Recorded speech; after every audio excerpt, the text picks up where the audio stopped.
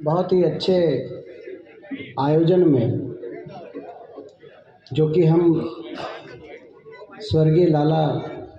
हरि कृष्ण जी को याद कर रहे हैं और ऐसा कवि सम्मेलन यहाँ पे आयोजित किया जा रहा है जिसका अपना एक इतिहास है। जैसे मुझे बताया गया कि लगातार 50 से ज़्यादा वर्षों से लगातार यहीं इसी स्थान पे 1967 से जब से हरियाणा बना तब से लगातार इसी स्थान पर ये आयोजन किया गया है। और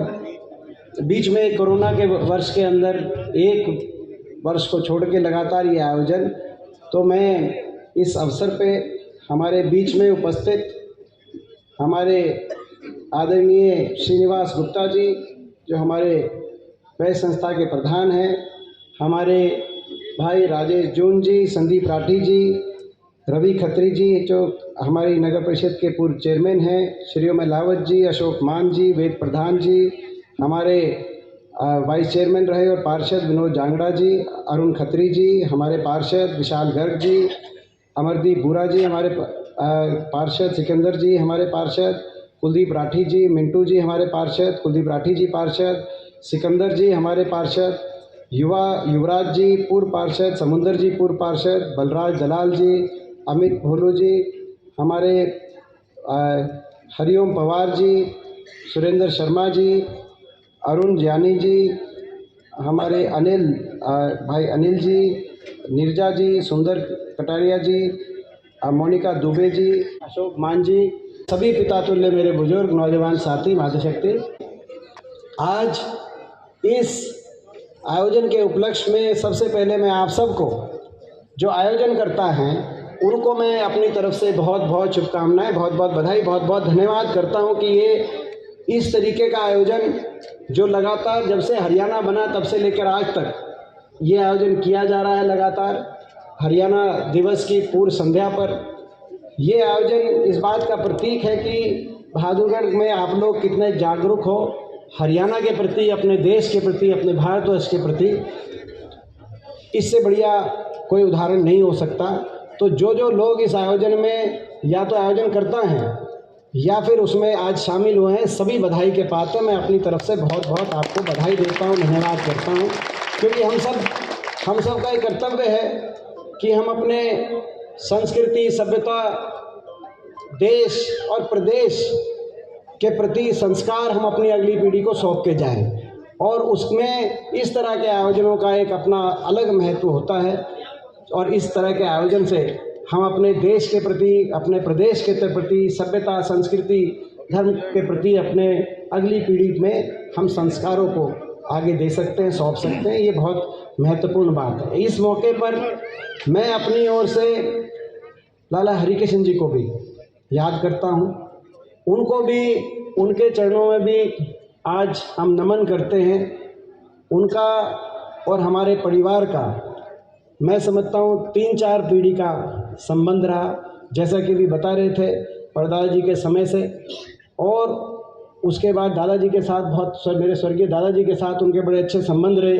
हुड्डा साहब के साथ उनके संबंध रहे, और यहाँ तक कि मेरे को भी पूरा उनका आशीर्वाद प्राप्त रहा, उनका आशीर्वाद लेने का मौका मिला। और उनका जीवन भी एक उदाहरण ऐसा है, मैं बताना चाहता हूँ, बहुत से जो लोग आज यहाँ पर कवि सम्मेलन में हमारे देश की ये ऐसी सारी विभूतियाँ, यहाँ पे ऐसे कवि बैठे हैं जिन पे हमें गौरव है, पूरे देश को गौरव है। तो हमें गर्व है कि आज आप सब जो है यहाँ पर एकत्रित हुए हैं बहादुरगढ़ में। तो मैं आप लोगों के बताना चाहता हूँ कि हमारे इलाके की एक ऐसा व्यक्तित्व था सेठ जी का, जिन्होंने सारी उम्र समाज सेवा में बढ़ चढ़ कर, और समाज सेवा का भाव उनका ऐसा भाव था कि हमेशा उनके चेहरे पर मुस्कान देखी गई,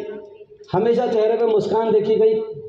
कोई कितने ही कोई सीरियस कोई बात हो, उसको एक ही अपने वाक्य में उस वातावरण को जो है वो बिल्कुल हल्का कर देते थे। और जीवन में खुद भी समाज सेवा में वो सबसे आगे थे, सर्वोपरि रखते थे, और बाकियों से भी, समाज हमारे जैसों से भी समाज सेवा पूरी कराते थे। तो उनका हमेशा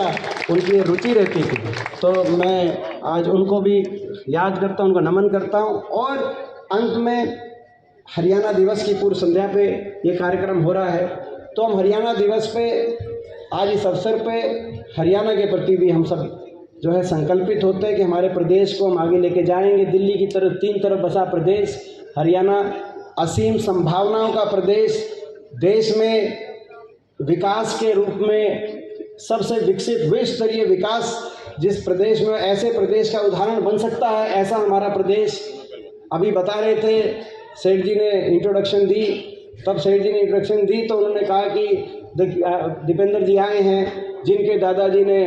जो है भाखड़ा नंगल डैम बनाया जिससे पानी आया। मैं आगे सुन रहा था, उसके बाद हुड्डा साहब मुख्यमंत्री बने, उन्होंने विकास की गंगा बहाई। फिर मैं सोचता था ये कुछ ये भी बोल देंगे, फिर मेरे तक आगे बात कट गई। मुझे लगता था ये भी बोल देंगे दीपेंद्र ने भी भादुगढ़ में मेट्रो चलाई। भाई इतना तो बोली तो जो है, तो कहने का मतलब तो ये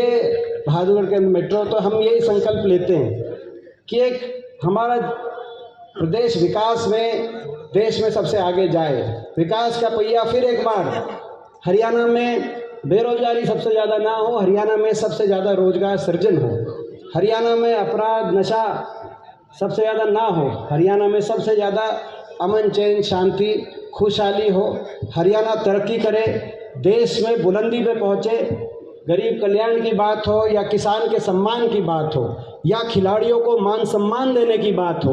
या व्यापारियों के लिए व्यापार के वातावरण को हरियाणा में निर्मित करने की बात हो, हर चीज़ में अगर देश में उदाहरण दिया जाए तो वो हरियाणा प्रदेश का उदाहरण दिया जाए। ये भी आज हम यहाँ पे संकल्प करेंगे। विकास का पहिया हरियाणा में देश में सबसे ज़्यादा रफ्तार से दौड़े, महम के अंदर अंतर्राष्ट्रीय एयरपोर्ट आए, एम्स के 10 के 10 संस्थान बाड़सा में आए और भादुगढ़ की मेट्रो आगे चलकर जल्दी से रोहतक पहुँचे। ये हम संकल्प यहाँ पर करेंगे। और मैं समझता हूँ इस संकल्प में जो है, अभी जब मैं एंटर कर रहा था तो एक बात, हालांकि मैं कोई राजनीतिक बात आज यहाँ नहीं ज़्यादा कहना चाहता, इस संकल्प में मैं समझता हूँ किसी को कोई आपत्ति नहीं हो सकती जो संकल्प मैं यहाँ पे आप सबके बीच में कर रहा हूँ। एक राजनीतिक बात मैं ज़रूर कहूँगा कि भाई जब एंटर कर रहा था तो बताया कि हमारे मुख्य अतिथि आ गए, बहुत जो है हमारे देश की उच्च सदन है, राज्यसभा के सदस्य आ गए। तो जब राज्यसभा सुनते हैं तो भाई तो हो सकता है कि भाई, मगर मेरे को थोड़ी सी टीस होती है, वो टीस इस बार नीचे उच्च सदन नहीं निचले सदन में देख लेना भाई, ये तो ठीक है ना। तो ये तो इन्हीं शब्दों के साथ मैं एक बार फिर सभी का, आप सबका बहुत बहुत स्वागत करता हूँ कि आप हमारे यहाँ जो है हमारे यहाँ आए हो, भादुगढ़ में आप आए हो। देश के कोने कोने से हमें आप पे गौरव है